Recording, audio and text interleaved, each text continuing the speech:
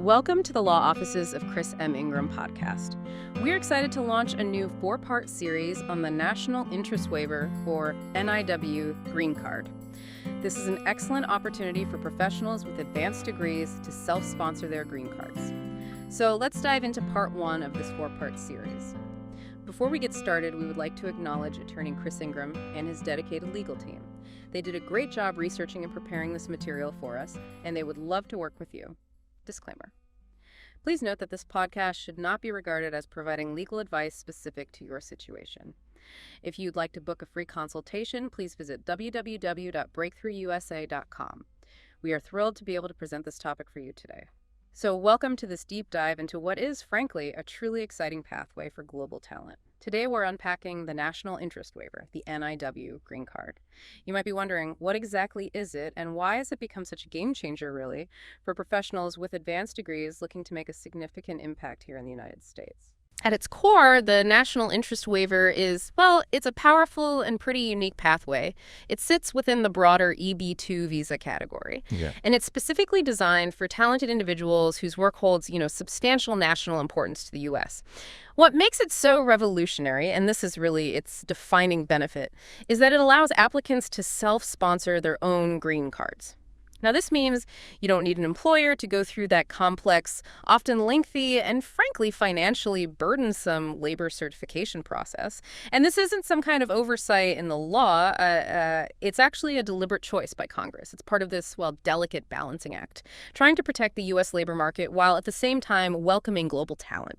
People who can truly drive innovation, economic growth, and help address pressing national challenges. The NIW is really designed to find that crucial equilibrium.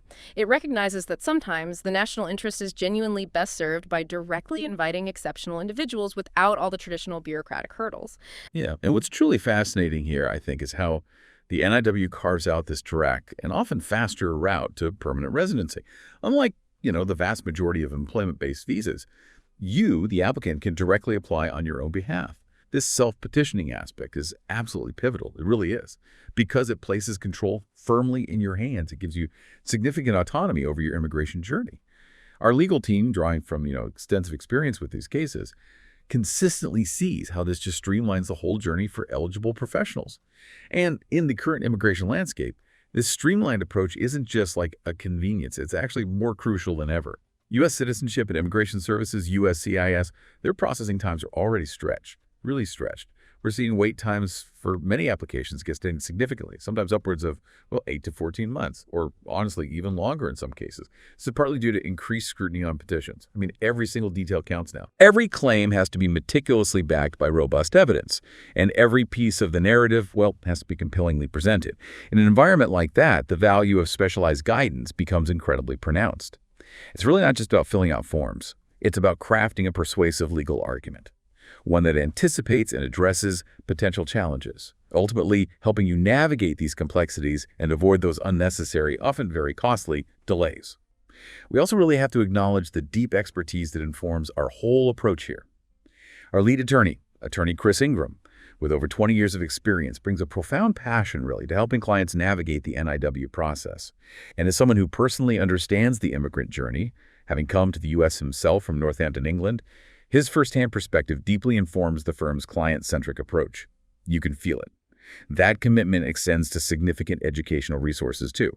We're talking over 1,000 pages of detailed educational materials, hundreds of tutorial videos, and, deep dives just like this one. All designed to empower individuals like you with the knowledge to pursue their American dream. That makes perfect sense, especially, given those current processing times you mentioned. Wow. But let's unpack something else for a moment. If companies here in the U.S. are genuinely eager, really eager, to hire brilliant minds from abroad, why is there even a need for something as seemingly cumbersome as labor certification in the first place?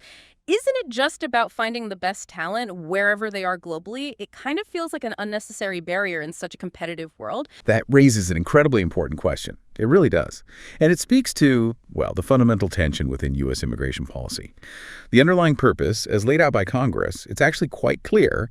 It's a framework designed specifically to protect U.S. workers.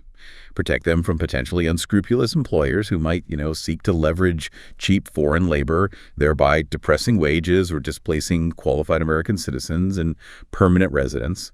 It's meant as a vital safeguard, ensuring that American talent is considered first for job opportunities here. The formal process, the mechanism through which this protection is enacted, is known as PERM. That stands for Program Electronic Review Management, and it's administered by the Department of Labor, the DOL. Okay, PRM. So how does this PRM process actually work in practice? What are the nuts and bolts, and why is it such a significant hurdle that the NIW is specifically designed to bypass entirely? Give us the granular details, please, because I imagine many listeners have probably heard the term PRM, but maybe don't fully grasp just how, well, labyrinthine it really is. Yep. You're absolutely right. Labyrinthine is a perfect description. It really is. The PRM process, while it serves its protective purpose for U.S. workers, it absolutely introduces significant complexities and, honestly, frustrating delays for both employers and foreign nationals. If we connect this to the bigger picture, what it often translates into is an incredibly long wait. A really long wait for highly qualified individuals, people who could be contributing to the U.S. economy, innovating in critical sectors, or filling crucial talent gaps right now. Our team's in-depth research into this process details the truly laborious steps involved. And when I say laborious, believe me, it's an understatement. So the very first step is the prevailing wage determination, or PWD. Before an employer can even think about recruiting a foreign national for a permanent position, they first have to request this prevailing wage from the Department of Labor. This determination calculates the average wage paid to similarly employed workers in that specific occupation within the intended geographical area of employment. It's very specific. The employer then has to legally commit, to offering at least this wage to the foreign worker. This is to ensure they aren't undercutting the local labor market. And this initial step, just getting that number, it typically takes a substantial amount of time. We're often looking at between 6 to 8 months. 6 to 8 months, just for a wage figure. Exactly. Imagine almost a year just to get a salary number confirmed before you can even start looking for candidates. It's quite something. Okay, so once that prevailing wage is secured, the employer then embarks on the phase of extensive recruitment. And this is where the stringent advertising requirements really kick in. It's intense. The employer has to exhaustively prove, beyond doubt, that they made a genuine and thorough attempt to find a qualified U.S. worker for that specific position. And this isn't just, putting up a casual job posting online. Oh, no. It involves placing multiple advertisements over a specific period, typically at least 30 days, across a whole variety of platforms. Think traditional newspapers with broad circulation, specialized job boards relevant to the industry, professional networks, state workforce agency job orders. The list goes on. And beyond just placing ads, the employer has to meticulously document every single response received, every resume reviewed, every interview conducted. And then they must provide objective, non-discriminatory reasons why any U.S. applicants who applied were not qualified for the specific job requirements as advertised. Wow, the burden of proof sounds immense. It is. It rests entirely on the employer. It's not enough to simply state, oh, we couldn't find anyone. You absolutely must present a detailed audit trail of all your efforts and the objective, lawful reasons why each U.S. applicant was deemed unsuitable. This often involves extensive legal review of resumes, interview notes, the whole recruitment file. It's a huge administrative task. Feeling lost in a maze of visa types and paperwork? Don't know where to turn? We've got your back. With clear answers and real help, we'll guide you every step of the way. Let's navigate it together. Your journey starts today. Hello, you must be Clara. Welcome to the law office of Chris M. Ingram. Finally, I found a law firm that will help me achieve my American dream. At this law firm, you are important to us. That's why we will be with you every step of the way. So join us at the office of Chris M. Ingram.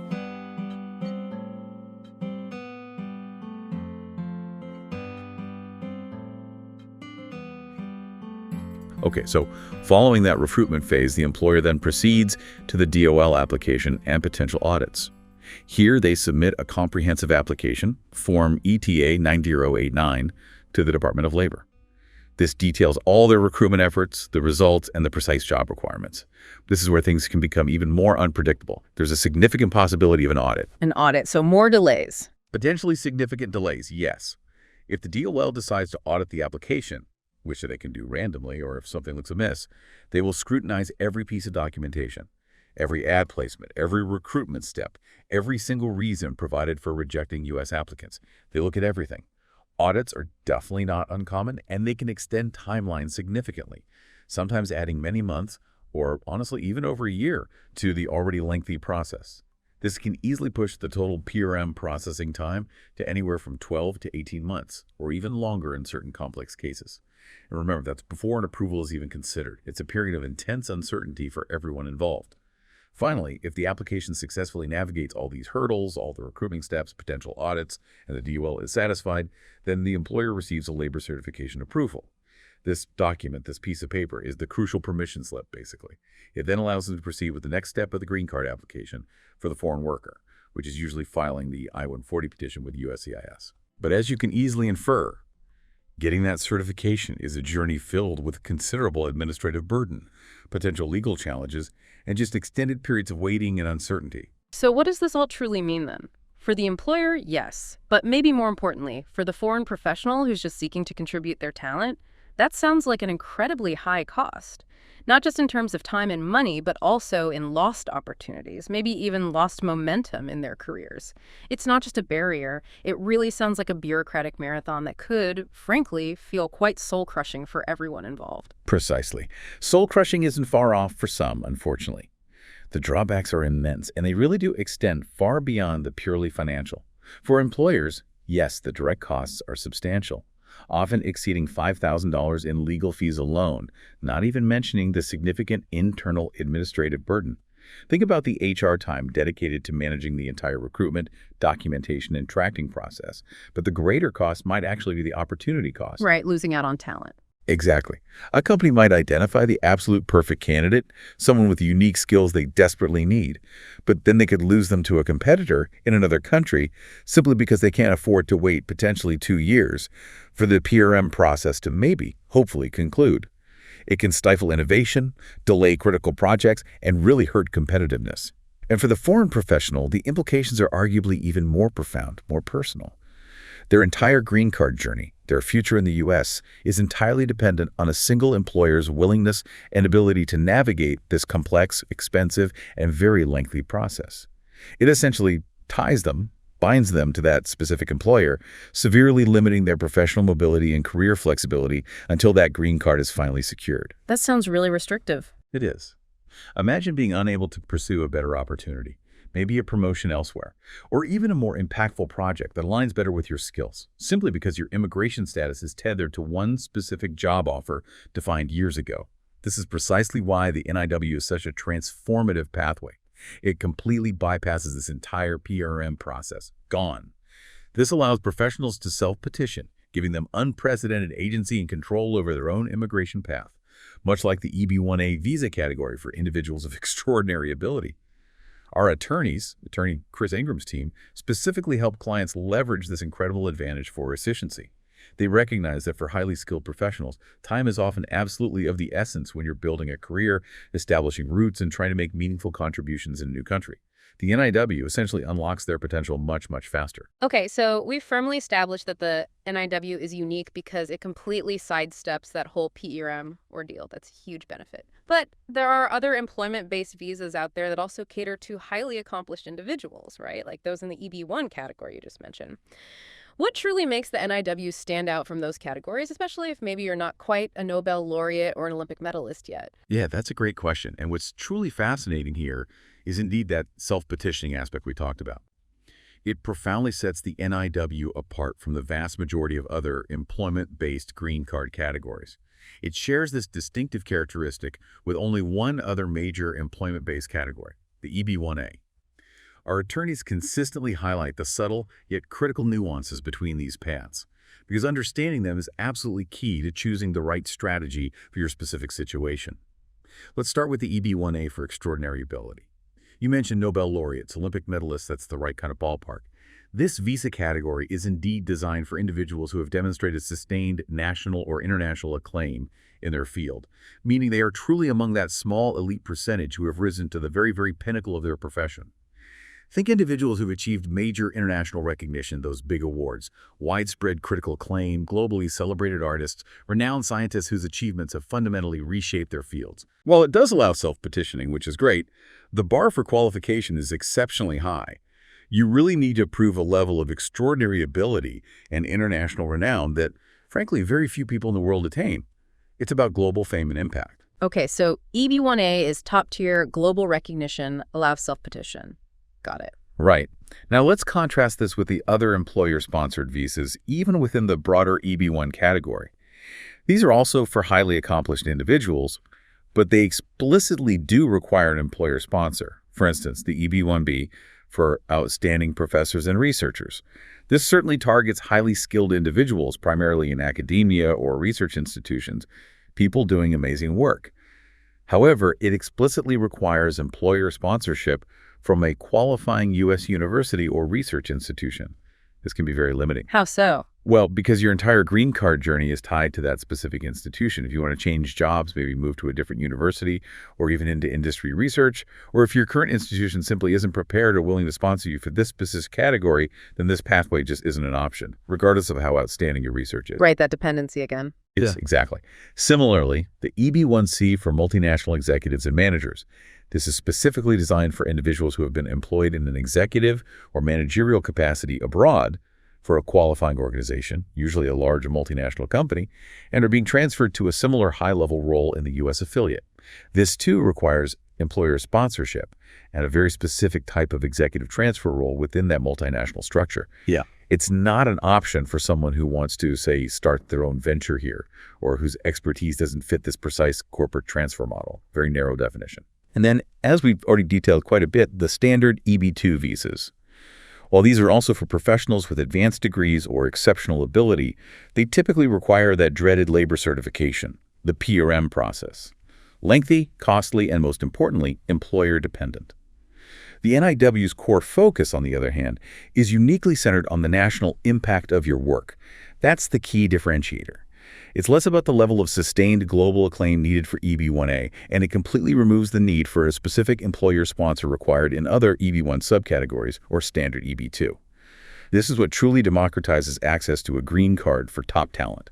It makes it accessible to a much wider range of professionals, people who might not have a Nobel Prize or Olympic medal yet, but whose current or proposed contributions are undeniably vital and beneficial to the United States. So who are we talking about here? Well, it opens the door for academics, researchers certainly, but also entrepreneurs, medical professionals, engineers, artists, educators, innovators across many fields, basically anyone making significant contributions that directly serve the national interest. Our legal team, attorney Chris Ingram's team, excels at crafting petitions that precisely highlight these unique contributions. They meticulously ensure that USCIS recognizes the applicant's value not just by traditional metrics like global awards, but by the tangible impact and importance of their work on a national scale. It's really about demonstrating you're indispensable to America's progress, not just famous globally. Okay, so it's fundamentally about national impact. That phrase keeps coming up, and it's clearly crucial. But for many of us listening, that phrase can still feel a bit abstract, a bit vague. When we say national interest, are we strictly talking about, defense contractors or scientists working on top secret government projects? Or does it cover a much broader spectrum of professions and types of work? What kind of endeavors, what kind of contributions truly align with the U.S. national interest in the eyes of USCIS? Can you give us some really concrete examples? This raises an important question, absolutely. And it's one that many potential applicants grapple with, often mistakenly limiting their perception of what national interest actually encompasses. It's broader than many think. The NIW is indeed designed for professionals whose work has substantial merit and demonstrably benefits the U.S. broadly. That means its positive impact goes far beyond just local or regional implications. Our team's deep analysis, based on years of cases and USCIS trends, outlines several key fields and precisely why they are consistently considered nationally important. Let's run through some clear, tangible examples. First, science and technology. This is perhaps the most intuitive category, sure, but its breadth is often underestimated. Innovations in these fields are absolutely critical for U.S. global competitiveness and, of course, national security. Why does it matter so much? Well, think about advancements like artificial intelligence, especially when applied to cybersecurity or protecting critical infrastructure. That directly protects vital national systems. Or breakthroughs in biotechnology. They improve healthcare outcomes for everyone, lead to new life-saving drugs, and significantly boost economic competitiveness on a global stage. Consider a very concrete example. An AI researcher developing advanced cybersecurity tools, maybe tools to detect and neutralize ransomware attacks targeting hospitals or our power grid. Okay, yeah, that's clearly important. Exactly. This person isn't just creating a new piece of software. Their work directly strengthens U.S. defenses against sophisticated cyber threats. That's an explicit, publicly stated priority for national safety. A very clear example of national importance. There are just too many visas out there, and I don't know which one is right for us. We need to get the right advice. Communication is everything, and I just need someone who will listen and guide me to the right visa type, and not make promises that they can't deliver. There are so many documents. I need someone to walk me through each one. I can't afford to make any mistakes. If I can just find a lawyer who understands my potential, I know America will be an excellent opportunity for me and my family. Welcome to the law offices of Chris M. Ingram.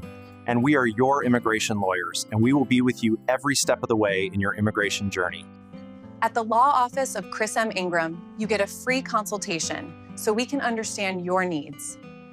We don't make promises we can't keep. Our success rate speaks for itself. Join us and access your step-by-step video guides that answer every visa question. Their platform is amazing. There are videos that instruct you on everything you have to do. It meant we were in control and we could do it in our own time. They couldn't have been more helpful. They answered every question that I had, and it was easy to see they were the lawyers for me. I couldn't believe it with my busy schedule. They always had time to talk to me and put me at ease. That's what I like about them. So go on our website and get your free consultation now, and your new life is about to begin. Ask me. We did it!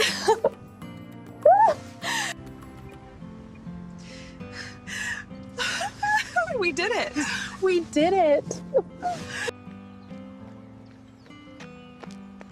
Oh my God, I got my visa! Yes, I did it!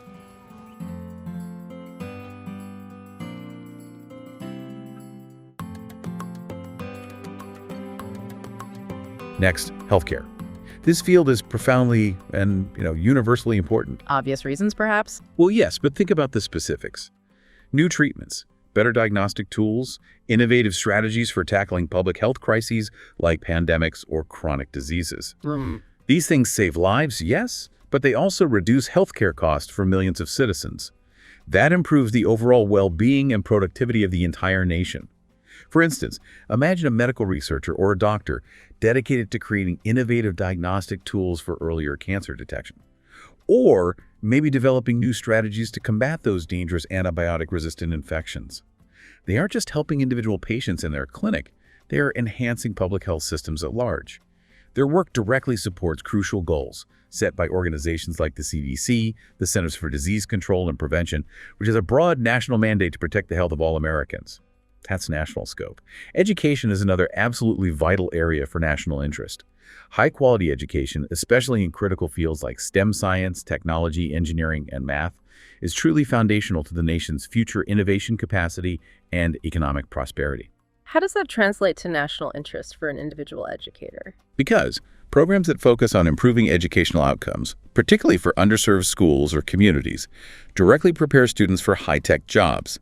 This boosts economic competitiveness, fosters social equity, and ensures we have a skilled workforce for tomorrow's challenges. Take an educator who designs and implements cutting-edge STEM curricula specifically tailored for, say, rural schools. They're directly addressing achievement gaps, ensuring that talent is nurtured across all regions of the U.S., not just in wealthy areas. That aligns perfectly with national education priorities for a stronger, more equitable future. Business and entrepreneurship also play a critical role in the national interest. Sometimes people overlook this one for NIW. Why is starting a business considered national interest? Because the creation of startups, the development of innovative new businesses, fostering a vibrant entrepreneurial ecosystem. These things directly create jobs, stimulate economic activity, and drive overall growth and prosperity for the entire nation. Consider a fintech innovator. Maybe someone developing secure, accessible digital payment solutions that specifically increase financial access for unbanked or underbanked communities across the U.S. Okay, I see the broader impact there. Right. This individual is doing more than just creating a successful business. They are promoting economic equality, fostering financial inclusion, and directly supporting initiatives from, say, the Treasury Department aimed at broad financial empowerment. That contributes to a more stable and equitable national economy. Environmental protection is becoming increasingly urgent and definitely recognized as a critical national priority. Makes sense with climate change and everything. Absolutely. Solutions to pressing environmental challenges, developing carbon capture technologies, creating sustainable energy solutions, innovative waste management systems. These align directly with U.S. climate goals. They ensure long-term environmental sustainability, resource security, and public health for everyone. A scientist developing sustainable agricultural practices, for instance, perhaps focusing on drought-resistant crops or radically more efficient water usage in arid regions like the Southwest. Their work directly supports food security for the entire nation, which is a fundamental national priority for any country. Then there's national security itself, a broad field encompassing everything from cybersecurity and intelligence to defense research and critical infrastructure protection. This seems more straightforwardly national interest. It often is, yes. Advancements in these areas directly safeguard the nation from both external and internal threats. They ensure its stability, its sovereignty, and the safety of its citizens. A cybersecurity expert who is actively protecting critical national infrastructure like power grids, transportation networks, financial systems, is directly ensuring national safety and stability. Their contribution is profoundly nationally important. Finally, while perhaps less intuitively obvious and maybe not officially listed in the same explicit way as the others, arts and culture can also qualify. But there's a crucial nuance here. Arts and culture, how does that work for NIW? Well, artistic endeavors can indeed qualify if they demonstrate significant, tangible national impact. It's a higher bar, perhaps, but possible. For example, think of a filmmaker whose work showcases quintessentially American ideals abroad, maybe through powerful historical documentaries or cultural narratives that resonate globally. This could boost tourism, enhance U.S. soft power and influence, thereby promoting U.S. values globally or significantly enriching America's own cultural heritage. Another example might be an architect or an urban planner designing innovative, sustainable housing solutions aimed at revitalizing distressed urban centers, directly addressing national housing and infrastructure needs. The key here, regardless of the field, is always to clearly articulate and demonstrate the national benefit and how it aligns with broader U.S. priorities. That's incredibly insightful. And yeah, much broader than I might have initially imagined. It really covers a wide range. It definitely sounds like it's not just about what you do, but crucially how you can frame it, articulate its broad benefit, and really connect it to very specific, identifiable national priorities. I imagine our legal team, Attorney Chris Ingram's folks, must be absolutely instrumental in helping clients connect those very specific dots for USCIS. Exactly right. That's precisely where specialized expertise becomes invaluable. It's often the difference maker. Our legal team helps clients in all these diverse fields build compelling, evidence-heavy petitions that precisely meet USCIS standards for NIW. They do this by meticulously highlighting how an individual's specific work goes way beyond just personal achievement or local impact. They show how it genuinely impacts the nation at large, whether that's through economic benefit, public health improvement, educational advancement, safeguarding national interests, environmental protection, or even enriching the cultural landscape. That strategic framing, that detailed articulation of national importance, backed by solid evidence that is truly the core of a successful NIW petition. You mentioned earlier a landmark case, a really pivotal moment that fundamentally redefined the NIW. Tell us about this case, Matter of Dhanasar, and how the story of this researcher didn't just change his own life, but truly changed the game for so many aspiring professionals around the world looking at the NIW. Okay, yes. Here's where it gets really interesting from a legal standpoint, and it's a story every potential NIW applicant absolutely should understand. It sets the current standard. Back in 2016, a truly significant decision by U.S. Citizenship and Immigration Services, specifically through its Administrative Appeals Office, the AAO fundamentally reshaped how national interest waiver petitions are evaluated. This ruling clarified the whole process and, crucially, made it far more accessible to a broader range of talented individuals. It was a big deal. This landmark case involved a researcher named Mr. Dhanasar. He had applied for an NIW based on his groundbreaking work in aerospace engineering. Specifically, he was focused on developing energy-efficient propulsion systems for spacecraft. Pretty important stuff, right? Sounds like it. Yet initially, his petition was denied. denied under the older, much stricter rules that existed at the time.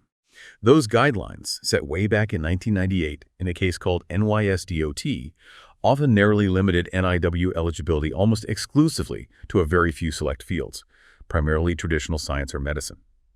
It made it incredibly difficult for highly qualified professionals in other important areas like entrepreneurs or educators or even engineers in slightly different fields to qualify. It was quite restrictive. So the USCIS Administrative Appeals Office, AAO, which acts like the highest administrative court for immigration appeals within USCIS, stepped in to review Mr. Dhanasar's denial. Their ruling in his case was actually groundbreaking because it established a brand new, more comprehensive, and significantly more flexible standard for evaluating NIW petitions. This new standard, now known simply as the Dhanasar standard, effectively replaced those confusing and often restrictive 1998 guidelines from the prior NYSDOT case. It fundamentally opened up the NIW to many more deserving applicants across a much wider spectrum of fields. The AAO's ruling established a crystal-clear three-part test for NIW eligibility. This is the test used today, and it's the absolute foundational framework our legal team uses for every single NIW petition we meticulously prepare. Let's break down these three critical prongs, because understanding these is key to understanding if you might qualify and how to build a strong case. The first prong is demonstrating substantial merit and national importance of your proposed endeavor. Okay, substantial merit, A&D, national importance. Both? Yes, both. Your work, your specific project, or your field of expertise must be inherently valuable. That's the substantial merit part. And it must benefit the U.S. broadly. That's the national importance part. It's not enough for your work to be just personally impressive or only benefit a single company or just help out your local community. No, it needs to have a wider systemic impact, going beyond merely local or private implications. Examples we talked about: improving national healthcare systems, enhancing educational opportunities nationwide, advancing critical technology sectors that affect the whole country, contributing to national infrastructure, protecting the environment nationally. A key insight here, and this is important, your work doesn't necessarily need to have an immediate, direct economic impact right now. It doesn't have to directly create X number of jobs in the traditional sense, although that can help. However, it must demonstrably address national priorities. USCIS is looking for work that clearly aligns with the country's strategic goals, its major challenges, or its long-term welfare. So just to really crystallize that first prong then, it's not just good work or even great work in your specific niche. It has to be work that matters to the country as a whole. It truly has to resonate on a national level, almost like it's addressing a national imperative. Precisely. You've got it. It's about demonstrating that your individual contribution is part of something much bigger, something that genuinely moves the needle for the United States as a nation, addressing a critical need or advancing a strategic goal that benefits the entire country.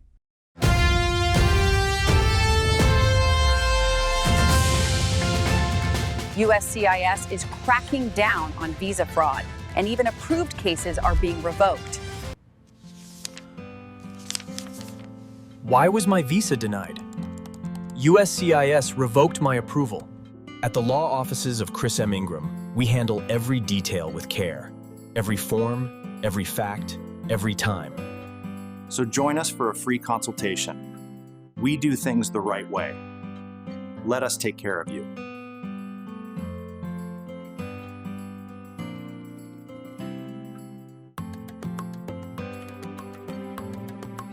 Okay, the second prong is that you must be well-positioned to advance the proposed endeavor. Well-positioned, what does that mean exactly? This prong asks, quite simply, are you the right person with the right capabilities, background, and maybe even resources to successfully take this nationally important project forward?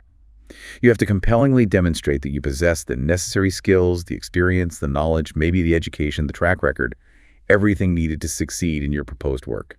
This isn't just about having an advanced degree, although that's often the starting point for EB2. It's about proving your demonstrated capacity and the likelihood that you will make that significant national impact you're proposing. So it's about credibility and capability. Exactly. And the evidence for this can include a wide range of impressive accomplishments that showcase your expertise and influence. We're talking advanced degrees from reputable institutions, significant awards or recognition in your field, national or international, an extensive list of publications in peer-reviewed journals, strong citation metrics showing others are using and building on your work, copies of patents you hold, maybe proof of substantial funding you've secured for your research or projects, like government grants or venture capital, or just a proven track record of successful endeavors that directly relate to your proposed national contribution. It paints a picture of you as an achiever in this area. Okay, so connecting this back to the bigger picture then, this second prong essentially asks, are you the most qualified, or at least exceptionally well-qualified individual to actually make this nationally important project happen? It's about your individual capability and track record, not just your aspirations. Exactly. It's about your demonstrated ability and creating a convincing projection of your future success based on your past achievements. You're showing USCIS you have the skills, the experience, the gravitas, if you will, to deliver on the promise of your endeavor. Now, the third and final prong of the Dhanasar test is that, on balance, it would be beneficial to the United States to waive the job offer and labor certification requirements. Ah, the waiver part. This sounds crucial. It is. This is perhaps the most unique and, in many ways, the most pivotal aspect of the NIW, as it directly justifies bypassing that traditional per-rem immigration process we talked about earlier. You have to demonstrate, on balance, that waiving the labor certification process, that lengthy, costly, employer-dependent per-rem process, actually serves the nation's interests more than going through it would. How do you pull that? By showing that your unique contribution is so compelling, so vital to the U.S., perhaps so urgently needed, that it clearly outweighs the general policy interest in protecting U.S. workers through the PRM process. You are essentially arguing that the national benefit derived from your immediate work and presence is greater than, and perhaps even threatened by, the delays and bureaucracy involved in requiring a labor market test for your specific role. It's an argument about your unique value and the timeliness of your contribution. Okay, so to really succeed on that critical third prong, your contribution needs to be so exceptionally compelling, maybe so unique, that bypassing the usual safeguards that are there to protect American jobs is actually seen as a net positive for the U.S. in your specific case. It's about efficiency and getting critical talent into the country faster for the greater national good. Precisely. You've nailed it. It's a balancing test. Is the benefit of your specific contribution sufficient to justify setting aside the standard process? This comprehensive three-part framework, meticulously established by the Dhanasar case, significantly broadened and clarified the NIW. It really did open it up to a much more diverse range of professionals.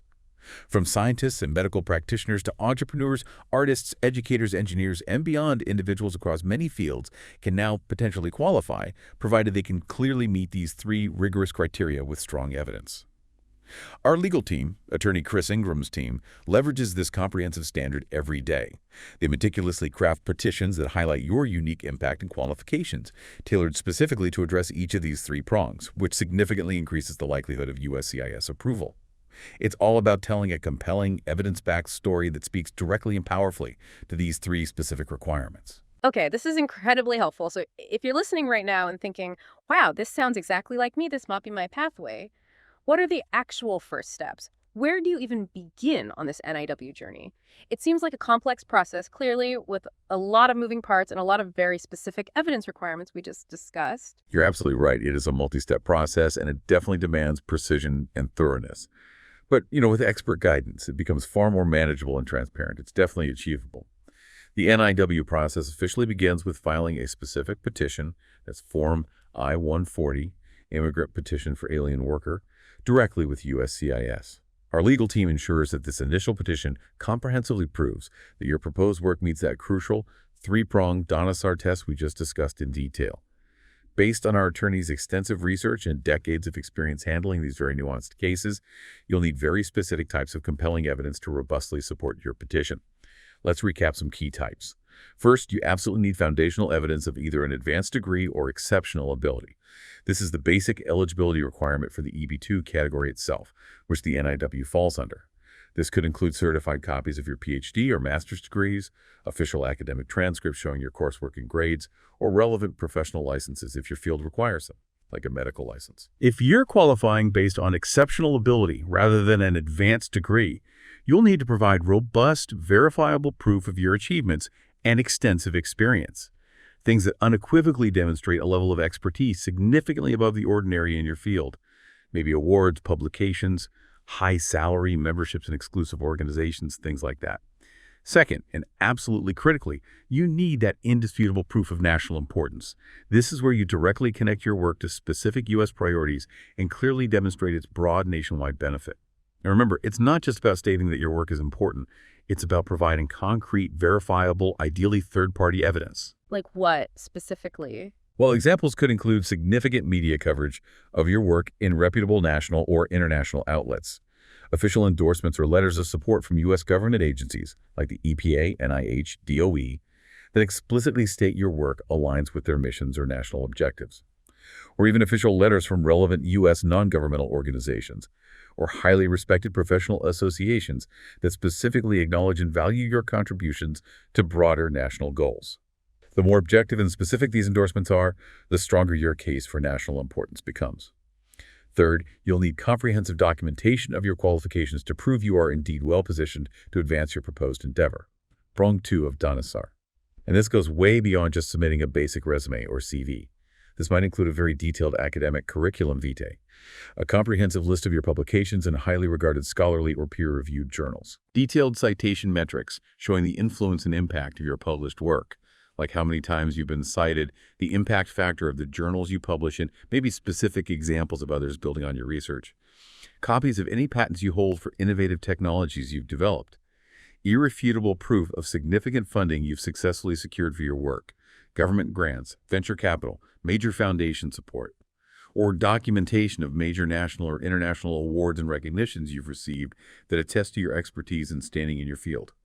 Every piece of this evidence helps build a holistic, compelling picture of your capabilities and your likelihood of success. And finally, and this is often one of the most persuasive forms of evidence in a well-crafted petition, strong letters from independent experts in your field. Independent experts, not just colleagues. Ideally, yes. Yeah. Independent experts carry more weight. These are not just generic character references saying you're a nice person. These crucial attestations should come from recognized leaders, prominent figures, or well-established independent experts in your field. People who can objectively and specifically confirm your unique impact, detail the significance of your contributions, and explicitly articulate the national importance of your proposed endeavor to the United States. These letters often carry significant weight with the USCIS officers evaluating your case because they provide that external, authoritative validation of your claims from people who truly understand your field. That's a really comprehensive list of the kind of evidence needed. It paints a clear picture of the depth required. Okay, so let's say you gather all that. The petition is filed, and miracle of miracles, that initial I-140 petition is approved. Huge step. Is that the end of the road then, or are there more steps involved before you actually get that coveted green card in your hand? Not quite the end, no. But it is certainly a monumental milestone. A huge relief, usually. Once your NIW petition, that Form I-140, is approved by USCIS, you then move on to the final stage of obtaining your actual green card, or lawful permanent resident status. The exact path you take from here depends primarily on whether you are already physically present in the U.S. in a valid status, or if you are located abroad. If you are already in the U.S. and maintaining a valid non-immigrant status, maybe you're here on an H-1B visa, or an F-1 student visa with OPT, or an O-1 visa, you will typically adjust your status by filing Form I-485, application to register permanent residence or adjust status. Adjust status means staying in the U.S. Correct. This process allows you to essentially convert your temporary non-immigrant status to permanent resident status without needing to leave the country. It's generally preferred if you're eligible. If, however, you are abroad when your I-140 is approved, or if you choose to for various reasons, you will pursue consular processing. This involves working with the National Visa Center and then going through a U.S. consulate or embassy in your home country or country of residence to obtain an immigrant visa. Once you have that visa stamp in your passport, you can then enter the U.S. as a permanent resident. Now, both of these paths, adjustment of status and consular processing, involve additional crucial steps. They aren't automatic after I-140 approval. These typically include biometrics appointments where your fingerprints and photographs are taken for security and background checks, comprehensive medical exams conducted by designated civil surgeons or panel physicians to ensure you meet all health requirements, and usually an interview with an immigration officer either at a local USCIS office here in the U.S. for adjustment of status or at a U.S. consulate abroad for consular processing. An interview, too. What do they ask? It varies, but they generally review your application, confirm your identity, ask about your background, ensure you're still eligible, and verify the information in your petition. Our attorneys, of course, guide clients through each and every one of these intricate steps, ensuring all the necessary forms are correctly filled out, all required supporting documents are meticulously gathered and submitted on time, and that you are thoroughly prepared for any interviews. The goal is always to make the process as smooth and successful as possible, right from the initial I-140 filing, all the way to that green card finally being approved and in your hand. The devil is truly in the details in these final stages. You finally got your family together on a H-1B. Your American dream begins. Your employer files for your EB2 green card, but the wait is over 11 years. As the years go by, frustration grows, and now the company is talking about layoffs. This could be the end of your American dream. You search for help, but luckily, you land on breakthroughusa.com. They listen, reassured you, and built your EB1 case with precision. Then one day, a notification buzzes, EB1 approved. With your EB1 green card, your entire family can breathe. I have got my visa. I got my visa. That's why the law offices of Chris M. Ingram is trusted. Your future shouldn't wait. Let's talk EB1. What are the next steps? Need help with your visa? Book your free consultation now at www.breakthroughusa.com and let us take care of you. It definitely sounds like a lot of intricate steps where, frankly, things could potentially go wrong, even for highly qualified individuals with an approved I-140. So, based on your team's experience, what are some of the most common yet potentially avoidable mistakes that people make? Or maybe even their legal representation, if you're not specialized, that can jeopardize an otherwise strong NIW application? Where do people trip up? This raises an absolutely critical question, because yes, common pitfalls can unfortunately derail even the strongest, most promising NIW cases. It happens. Our legal team, attorney Chris Ingram's team, with their decades of specialized experience specifically in U.S. immigration law, and particularly the NIW, has identified several recurring errors that we work diligently with our clients to prevent. Avoiding these mistakes is absolutely crucial for a successful outcome and, honestly, to prevent immense frustration and wasted time and money. One of the most common issues we see, maybe the most common, is simply weak, insufficient, or poorly presented evidence. Not enough proof. Or not the right kind of proof, or not presented clearly. Many applicants, or sometimes their representatives, make the mistake of submitting minimal documentation. Maybe just a basic curriculum, vitae, or resume, without robust, verifiable supporting materials that directly address the Dhanasar prongs. The crucial difference here isn't just having impressive achievements, it's proving their national significance and your impact through concrete, verifiable evidence that speaks directly to those three specific legal requirements. USCIS officers need to see more than just a list of your responsibilities or publications. They need quantifiable data where possible, third-party validation, like those expert letters, clear examples of impact, not just self-serving declarations. Without this depth and specificity, even truly impressive accomplishments can get overlooked or dismissed simply because they haven't been adequately demonstrated to meet the rigorous NIW criteria in the eyes of the adjudicator. Another significant pitfall is vague or poorly articulated impact. This is related but slightly different. Also, applicants often fail to clearly articulate and directly link their specific work to specific U.S. priorities or demonstrate clear national significance. They might make generic statements about the general importance of their field, like, "My work in renewable energy is important for the future." Which isn't enough. Exactly. That's simply not enough for NIW. You have to meticulously show how your specific contribution, for example, developing a new type of highly efficient solar cell or a novel algorithm for optimizing the power grid, directly benefits the U.S. in a concrete, measurable way. This might involve demonstrating alignment with a specific government initiative, like a Department of Energy program, addressing a stated national energy security concern, or clearly bolstering U.S. economic competitiveness in a particular technological sector.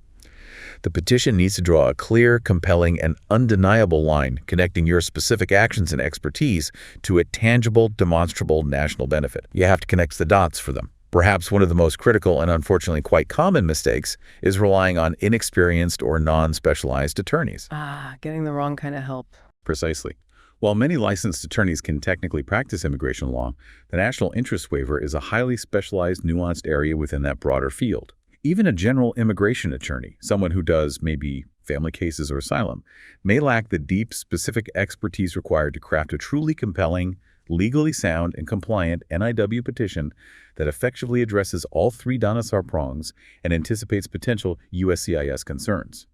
The intricacies of the Dhanasar test, knowing the specific types of evidence USCIS adjudicators find persuasive for different fields, the art of constructing a persuasive legal argument tailored to NIW, having the foresight to anticipate and proactively address potential requests for evidence, RFEs.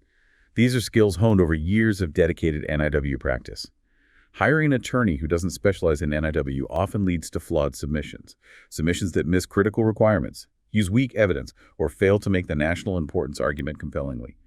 This frequently results in frustrating RFEs, prolonged processing times, or worse, outright denials that could have been avoided.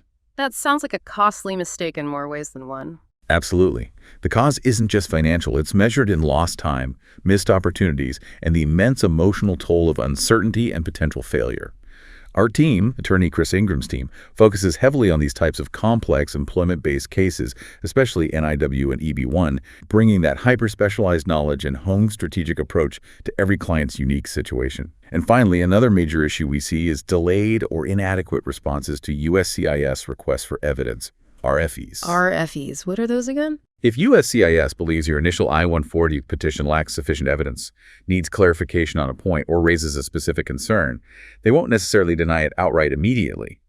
They'll often issue an RFE, basically a letter requesting additional information or specific documentation to address their concerns. These requests often come with pretty tight turnaround times, sometimes as short as 60 or 90 days. That's not a lot of time to gather complex evidence, especially if you need expert letters or official documents. A missed deadline is usually fatal to the petition. And equally problematic is submitting a poorly prepared, maybe rushed or generalized response that doesn't directly and thoroughly address USCIS's specific concerns point by point. That can also lead directly to a denial, regardless of how strong your case might have been initially if presented correctly. So responding properly to an RFE is critical. Absolutely vital. Proactive document gathering from the start, clear communication with your legal team, and ensuring a swift, comprehensive, targeted, and persuasive response are absolutely essential if you receive an RFE. Our legal team, of course, works to prevent these errors proactively. We do this with expert support from day one, leveraging specialized experience to build robust petitions that anticipate USCIS's likely scrutiny and clearly demonstrate the applicant's qualifications and national impact right from the outset. We proactively gather strong, diverse evidence. We meticulously craft persuasive legal arguments tailored to the Dhanasar standard. And if an RFE is received, we prepare comprehensive, targeted responses designed to overcome the specific concerns raised. This whole approach dramatically increases the chances of a smooth and ultimately successful application. So why did you choose the law offices of Chris M. Ingram as your attorney? Honestly, they made it feel like I was never on my own. Every time I had a question, someone actually answered. They cared. We never felt alone. The videos felt like we had someone with us the whole way. Every form, every question, they had a video that explained it. It made the process so easy.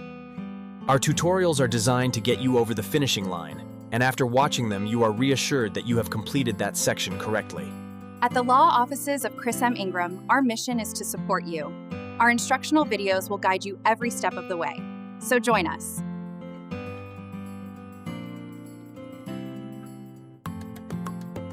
That detailed breakdown of pitfalls is incredibly valuable for anyone considering this path.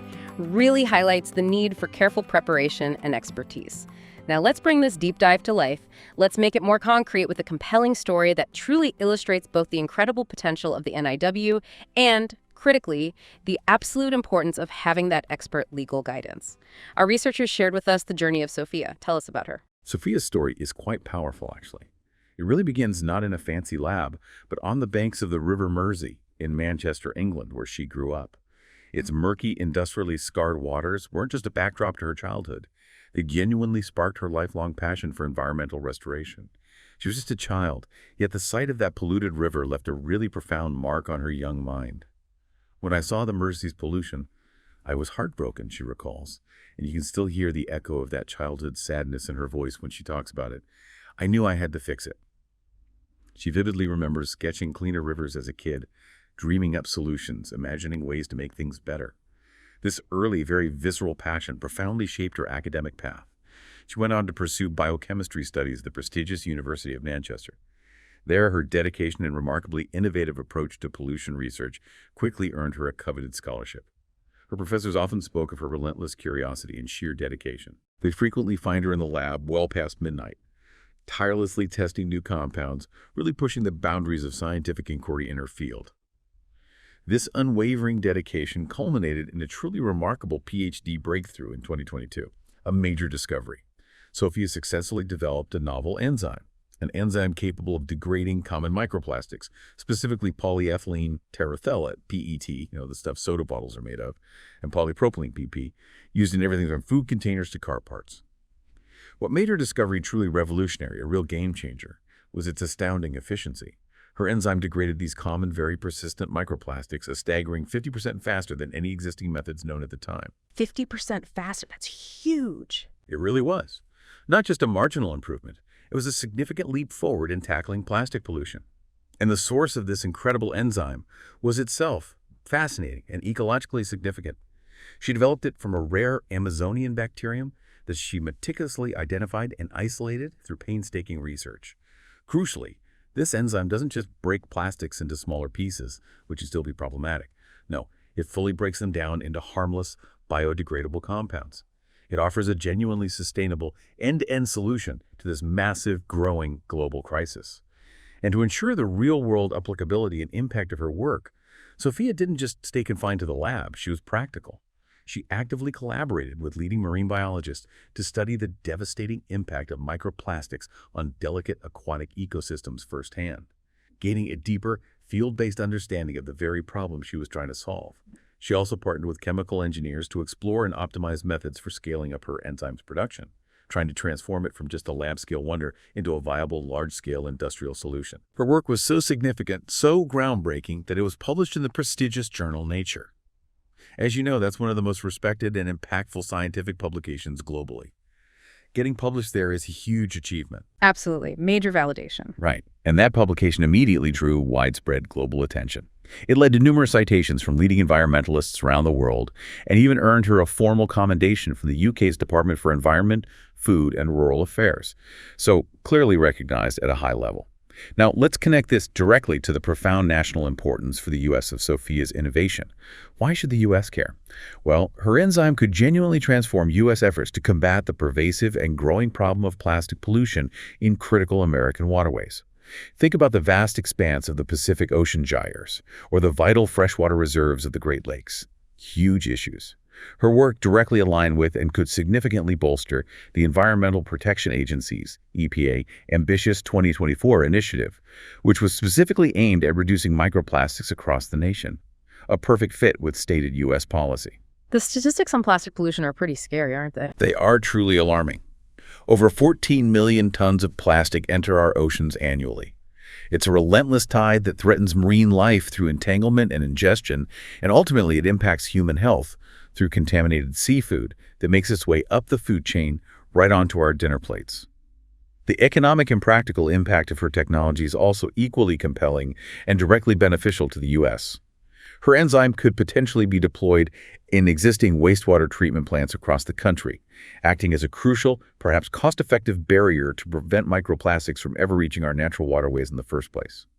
Furthermore, it could be instrumental in large-scale cleanup operations, potentially saving billions, literally billions, in costs associated with environmental remediation down the line. For example, our researchers projected it could significantly reduce the estimated $1.5 billion annual expense removing microplastics from U.S. drinking water by the year 2030. That represents a direct and substantial economic benefit, potentially saving taxpayer money and lowering costs for every American household. Wow, that's a tangible benefit. Definitely. And beyond the immediate environmental and economic advantages, by providing a tangible, effective solution to plastic pollution, Sophia's work significantly enhances America's global environmental leadership. It shows the U.S. is serious about tackling this. It directly supports U.S. commitments to international agreements like the Paris Agreement on Climate Change and aligns perfectly with the United Nations Sustainable Development Goal 14, which focuses on life below water. This comprehensive, multifaceted impact, environmental, economic, public health, global leadership, makes her contribution unquestionably nationally significant for the United States, far beyond just interesting science. Okay, so with such a clear, demonstrable national impact, a breakthrough published in Nature of all places, one would absolutely assume Sophia must have had a relatively straightforward, maybe even an open and shut path to her NIW, right? It sounds like the perfect case on paper. You would think so, wouldn't you? Unfortunately, no. And this is precisely where the critical importance of specialized legal counsel, or the lack thereof initially, became painfully clear in Sophia's journey. Despite her groundbreaking work and its obvious national importance, Sophia's initial application hit a major, disheartening snag, a real roadblock. She had applied for an NIW to join a leading environmental solutions lab in California, wisely trying to leverage the visa's ability to bypass that lengthy labor certification process. Made perfect sense. However, the attorney she initially engaged, while likely well-meaning, was simply inexperienced in the highly specialized intricacies of NIW petitions. They just didn't know the specific requirements and how to frame it. Oh dear, what went wrong? Their petition was vague. It lacked crucial, specific details connecting her work to U.S. benefits. Critically, it failed to explicitly link her enzyme development to key U.S. government initiatives, like that EPA alignment we just discussed. Big mistake. It also omitted vital supporting metrics, like comprehensive citation data, which would have robustly proved the influence and widespread adoption of her published work within the scientific community. They didn't include evidence showing others valued her work. This significant oversight, this lack of specific proof and connection, triggered a dreaded request for evidence, an RFE, from USCIS. That must have been devastating for her. It was. My dream was slipping away, Sophia recounted to our researchers, her voice still heavy with the memory. It reflected the immense stress and profound disappointment this unexpected setback caused her. She thought it was over. But at this critical juncture, recognizing the specialized nature of the challenge and the dire consequences of sticking with a flawed petition, she wisely pivoted. She sought specialized help. Sophia turned to our legal team, the law offices of Chris M. Ingram, who are renowned for their deep NIW expertise and their successful track record in navigating precisely these kinds of complex cases, especially RFE responses. The intervention by our legal team was immediate, decisive, and comprehensive. They didn't just tweak the old petition, that wouldn't have been enough.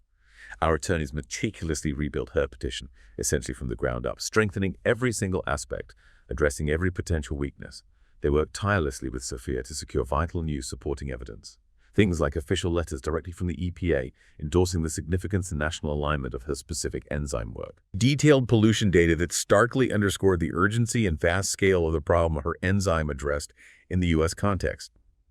And comprehensive economic projections that precisely quantified the potential billions of dollars her technology could save the U.S. economy.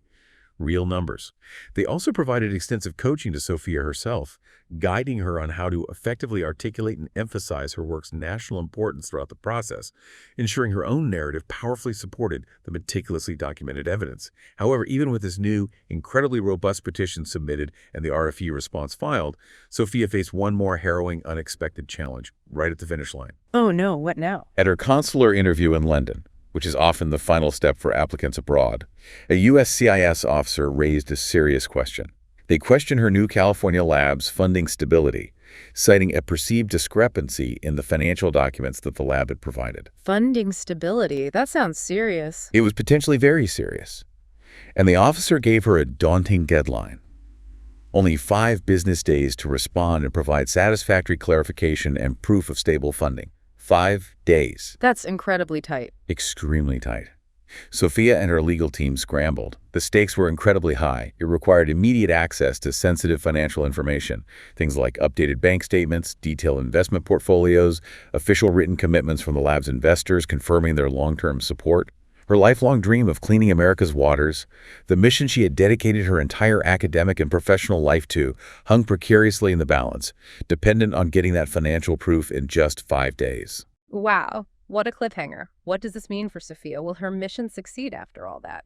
This story really highlights how absolutely critical it is not just to have a great case, but to get the legal strategy and the documentation right from the very beginning, and how even the most brilliant contributions can be derailed without that precise expert guidance needed to navigate this incredibly complex process. Indeed. Sophia's story truly underscores that point perfectly. While the NIW offers an incredible, potentially life-changing opportunity for global talent, the path is definitely fraught with potential pitfalls. pitfalls that absolutely require specialized knowledge, meticulous attention to detail, and often swift, expert intervention to navigate successfully. The difference between success and failure, as Sophia learned, often lies precisely in that expert guidance and robust preparation. Now, to find out if Sophia's mission ultimately succeeds, and if she finally achieves her dream of bringing her enzyme technology to clean America's waters, well, you'll just have to stay tuned for Part 2 of this series. In Part 2, we'll delve even deeper into the intricate process of crafting a truly winning NIW petition. We'll explore the specific evidence requirements in even greater detail, looking at things like expert letters and citation analysis. And we'll introduce you to another compelling case study, Aisha, a talented Canadian epidemiologist who faces her own unique USCIS challenge. Ultimately, as Sophia's story begins to show, understanding how to articulate your specific value in a way that resonates clearly and powerfully with U.S. national priorities is the absolute key to unlocking this powerful pathway to the American dream. Thank you so much for being with us today. We hope you gained a lot from this discussion. Once again, we would like to thank attorney Chris Ingram and his team for researching and preparing this material for our presentation today. They are doing an awesome job. Please leave us a comment if you can, as it really means a lot to all the staff. If you'd like to book a free consultation, please visit www.breakthroughusa.com. See you next time on Left Talk U.S. Immigration. Bye for now.